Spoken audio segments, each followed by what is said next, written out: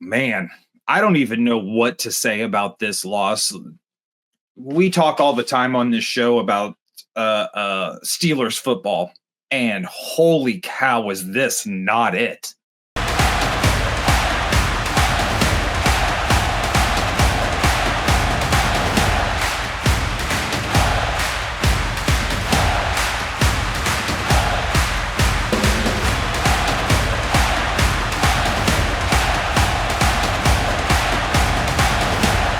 Welcome to Six Rings and Counting. I'm your host, Corey Idle, and not joining me today, our man Lou Willard had a bit of a family emergency come up, and our sincere thoughts and prayers are with him and his family right now.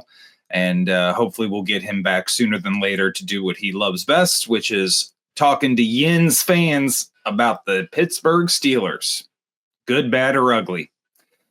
I am coming to you. I almost said we are coming to you. I am coming to you after a abysmal 28-14 loss to the Baltimore Ravens in the wild card round of the playoffs.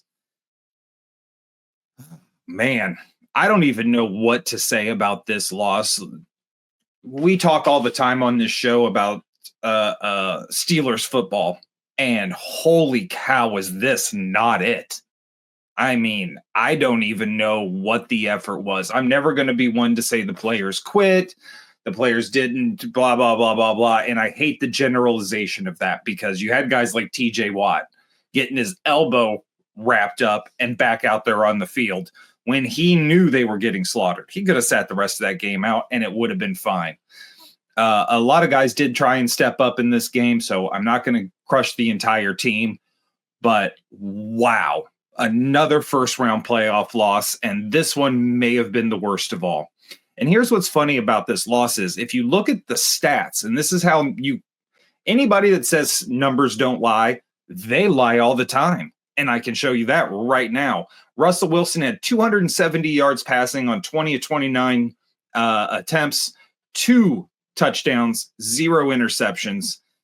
Justin Fields was in there 0 for 1, no yards, obviously, which we'll talk about here soon. Najee Harris, 6 for 17, not great. No real running game whatsoever in this. George Pickens, 5 for 87, 1 touchdown. That's what we've been looking for almost every week, that kind of consistency. Najee, 3 for 41. Van Jefferson had 2 catches for 37 yards and a touchdown. Somebody showed up. Calvin Austin got involved. Mike Williams finally got involved. Jaylen Warren had 4 catches out of the backfield. Pat Freiermuth had 3 for 15. We look okay. Those stats on offense look great, especially when you compare it to the Ravens. For Lamar, 6 for 21, 175, and 2 touchdowns. Derrick Henry went off, obviously, which was a massive issue. 26 carries, 186 yards, and 2 tutties. But we've always said that's probably going to happen. You take away Lamar, you let somebody else have to eat. Normally, we're going to come out on top.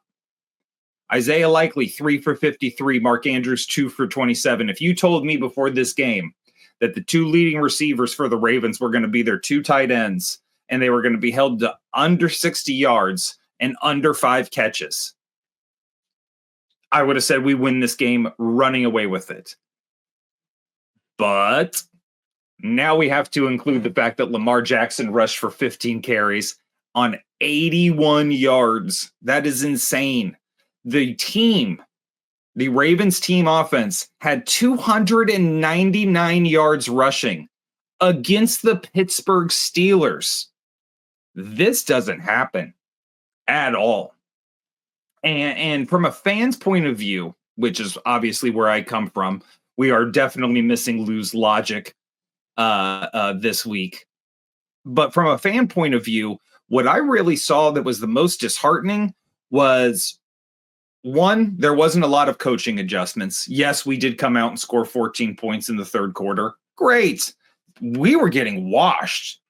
That's the reason Najee and the rest of the boys didn't have any of the carries. They didn't have time for it. We had to pass, and we had to go now. It just never amounted to anything, which is not the history, but the story of this season, especially on offenses. We look good. We'll drive all the way down the field and amount to nothing, maybe 3 points.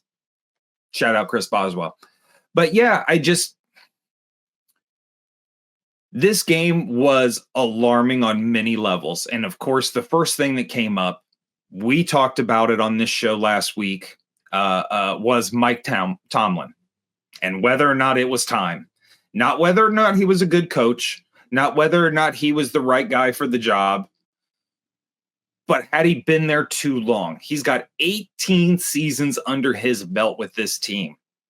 That is a long time to hear the same message. I don't care about free agency and guys rotating in and out. That's not really what the Steelers do. We have guys that have been on this team and will probably continue to be on this team for a long time. Steelers do their players like they do their coaches. Unless you start acting a fool and like a Le'Veon Bell or an Antonio Brown, you're going to be there for as long as you want to be there. Just keep the role going. So we go to Mike Tomlin. We got a problem. On defense, we ended up finishing 12th in the NFL as far as defense is concerned. That's not a problem. It's really not. Offense, ranked 23rd. Sorry, but with this kind of talent, with this kind of team, that is unacceptable. I've heard guys like Rex Ryan on TV come out and say, well, they were expected to win 4 games. Only to people that didn't follow the team. We've been saying since we started this show this season, we may have to change the name of the show already because this team was stacked with talent. And it seemed like we ran into a situation coaching-wise where they had no idea how to utilize it. None. And I hate to go back to this, but I have to. And this is why I am personally saying it might be time for Mike to go. And for reference, you can trade your coach, by the way. We can absolutely put Mike Tomlin on the trading block. And I guarantee you there are teams like Chicago, like both New York teams, right? Shit, even Miami, who's fine with their coach, love their coach. They have no problem with their coach. They would take Mike Tomlin in a heartbeat. And here's what's crazy about that is the Steelers would actually benefit from having an offensive guy like Mike McDaniel come in here and start reshaping this offense. And Mike's problem, and again, this is where I'm going to hang my hat on why Mike needs to go, is he has a terrible habit of hiring his friends. That's fine. We all want to work with our friends. I have the benefit of 99% of the weeks we're on the air working with one of my best friends. I have zero problem with it. But again, and we've said this before, if I start messing up on this show, the first person to tell me I'm messing up and how to correct myself will be my best friend. That's why we're best friends. Mike, if you're going to hire your boys, you got to be able to tell them they're messing up. And they got to be receptive to that and change it because this is business. This is why everybody says, don't work with your friends. If you can have that mentality of this is a business and you are not keeping up to the standard we uphold. This is just, it's ridiculous how pathetic this offense was all season. And I know you'll say, well, we hung 44 on the Bengals and we did this to great. Blind dog even finds sunshine every now and I don't know what the saying is. I don't do idioms. I'm a football guy. But what I will tell you is this team has a very big problem, and it starts with the coaching. I don't think Omar needs to go. I think what Omar has done in that front office was great. I love how tenacious he is as far as using free agency and that cap, making trades, going out there and using these later draft picks to get a win now team. Problem is, you don't have a coach that can get out of the first round of the playoffs. And it's bleeding all the way down. And we looked stagnant. We looked defeated the second we took the field. We looked slower than Baltimore in every facet of that game. And it's a shame because, quite frankly, we are way better than the performance we put out there wild card weekend. Just disappointing. Just disappointing. Moving on, and if you ask me who we should go after as a coach, and I know that's the big go-to is, yeah, you can fire Mike Tomlin. Who are you going to get? I don't know. I don't. There are smarter people than me that know how to do that. What I would say is, and I'll go back to my point with Mike McDaniel, and I'm not saying you go out and try and get him. He's fine where he is. But you go after one of these offensive guys. The Steelers have a history of defensive-minded guys. Dope. I love it. And that can remain there. Pittsburgh Steelers football will survive if you have a head coach that is a little more offensive-minded, because that's the way the game is going. I want Super Bowl rings, not legacy tradition, and we hold on to this. No. If your whole 3 yards in a cloud of dust thing doesn't work for you anymore, you change it. Period. And I think we need to make a change. Moving on from there, we got free agents coming out our booties. It is insane. Both our quarterbacks, Russ and Justin, both up as free agents, unrestricted. Also, Kyle Allen. How about all three of them? That's insane. Najee Harris, Jalen Warren.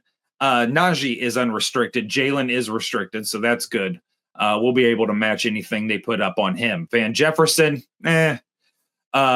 Lou's boy, Ben Skowronek, unrestricted free agent. I would imagine we'll try and sign him. Scotty Miller, flip a coin. Tight end position, Michael Pruitt, unrestricted free agent. He did a good job, but he's 32 years old.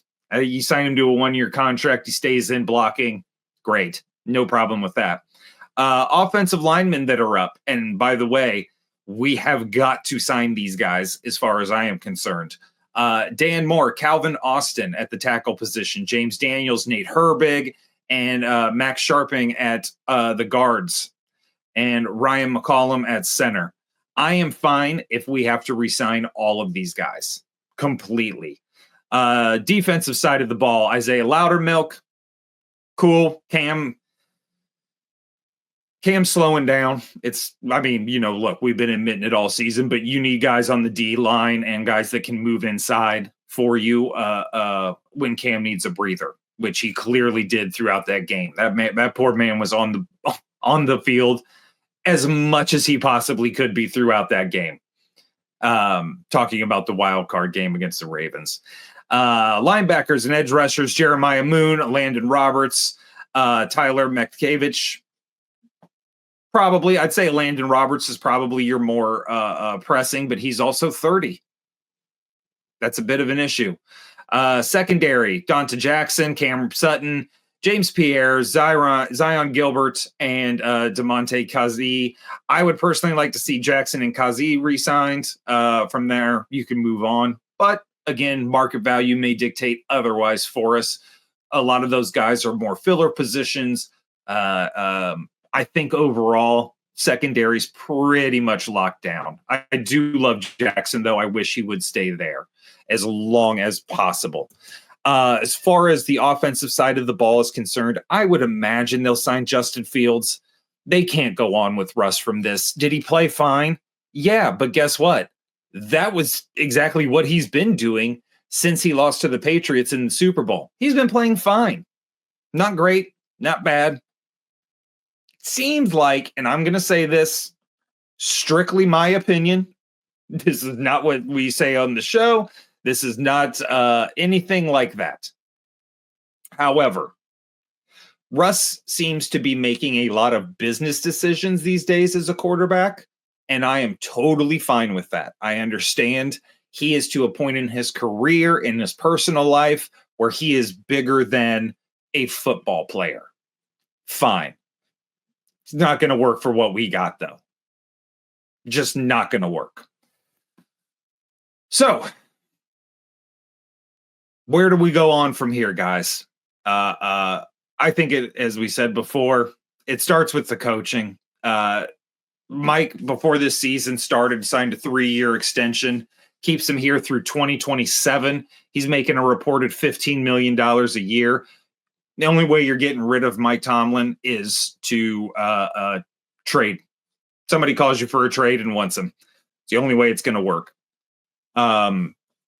Unfortunately, right now, the thing to keep in mind, and the thing I will stress to everybody out there complaining or saying they want Mike gone, you got to remember what team you root for, dude.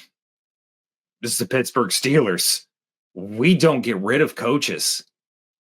It's just, we don't do it.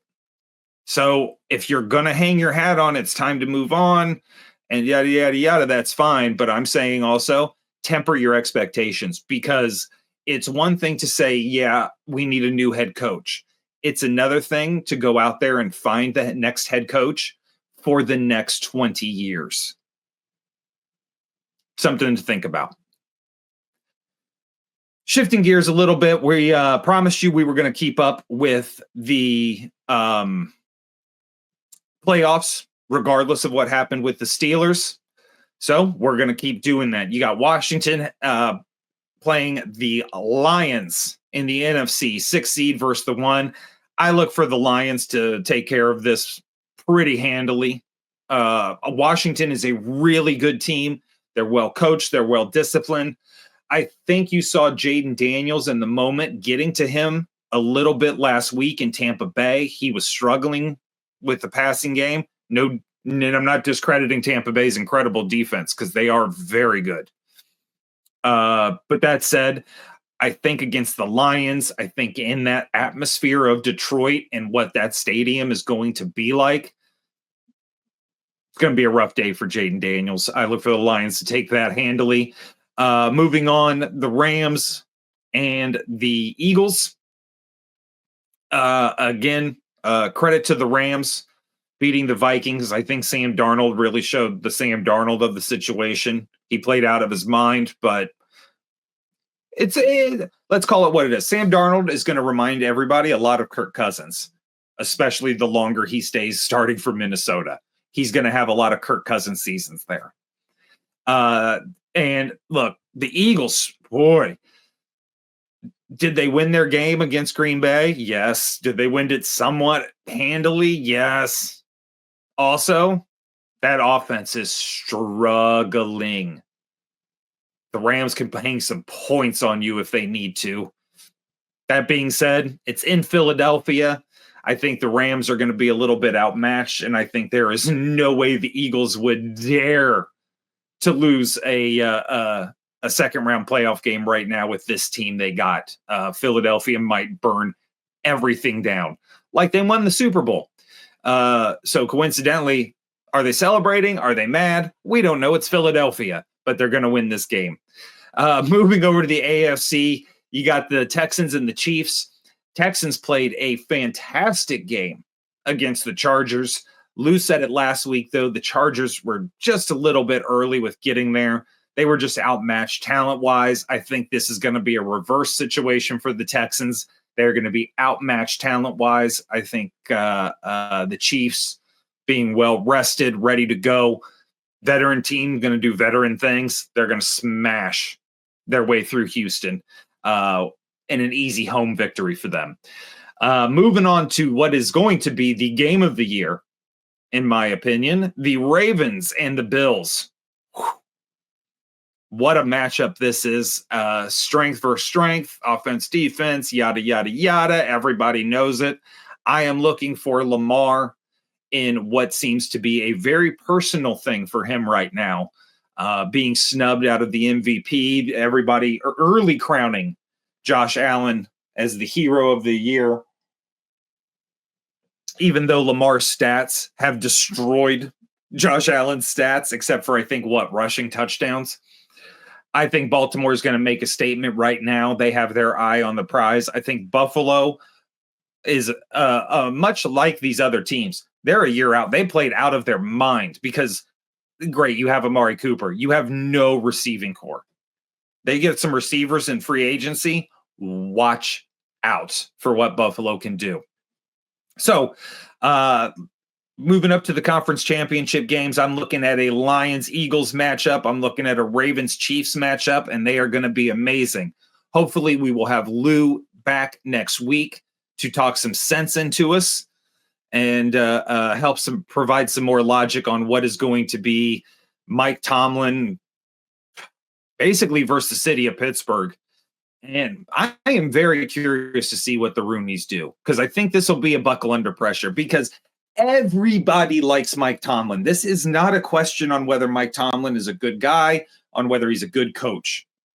Not even a question. Top 3 probably person, top 3 coach in the league for sure. So it's just a matter of as being there too long gotten past you. And before people start going, oh, Bill Belichick, he has to coach at North Carolina for at least a year. But his buyout after that, I'm sure you've heard that everywhere, super cheap. That being said, nah, Bill's good where he is, teaching kids that can do better and might be something in the NFL.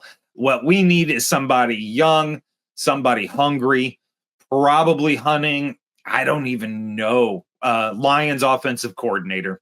That's my guess. If you get rid of Mike, you're picking up the Lions offensive coordinator, and you better do it fast because everybody's going after him. Other than that, I don't know what to tell you guys. I'd be curious to hear what you guys think. Justin Fields, we keeping him, or do we get another stopgap season with Kirk Cousins? Try and get an Aaron Rodgers guy, especially if you keep Tomlin, who's not going to let the locker room get away from him like a Raheem Morris would in New York. So let me know what you guys think. I'm very curious. That being said, we miss Lou. We can't wait to have the fantasy champ back to start talking some sense into my ramblings and my fan logic, which is never good. This is why I do not run a team. That being said, I think we are all in agreement. We are hungry for a change. And by a change, I mean, can we just win a damn playoff game? For the absent Lou Willard, who we miss very much, I am Corey Idle. This has been 6 Rings and Counting, and we will catch you guys next week.